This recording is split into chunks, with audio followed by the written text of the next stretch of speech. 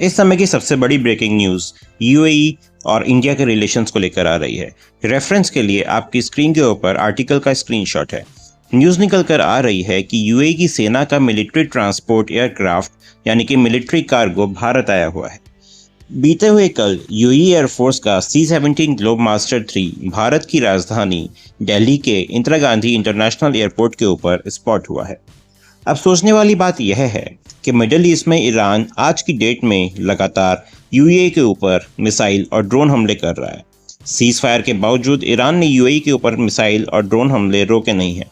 उसी समय यूएई की सेना का ट्रांसपोर्ट एयरक्राफ्ट भारत में आना कोई एक मामूली घटना नहीं है। इस न्यूज़ ने केवल भारत ही नहीं अपितु इंटरनेशनल मीडिया में तहलका मचा रखा है।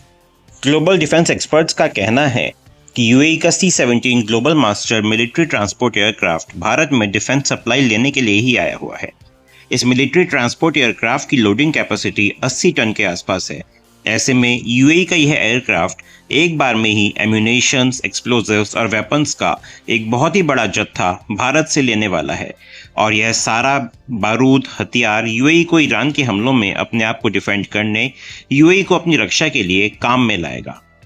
जाहिर सी बात है कि इससे ईरान नाराज तो होगा, लेकिन इस गतिविधि से इंडिया ने ईरान को मैसेज देने की कोशिश भी की है कि चाबार पोर्ट के कारण ऐसा नहीं कि भारत ईरान के खिलाफ जाने की हिम्मत नहीं करेगा। एक और पॉइंट यहाँ पर काफ़ी इंपॉर्टेंट है, वो है इंडियन डायस्पोरा का मसला।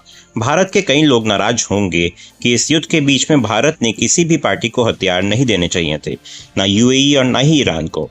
लेकिन हमको यह भी ध्यान रखना होगा कि यूएई की कुल 1 करोड़ 18 लाख की पॉपुलेशन में 44 लाख भारतीय ओरिजिन के लोग हैं।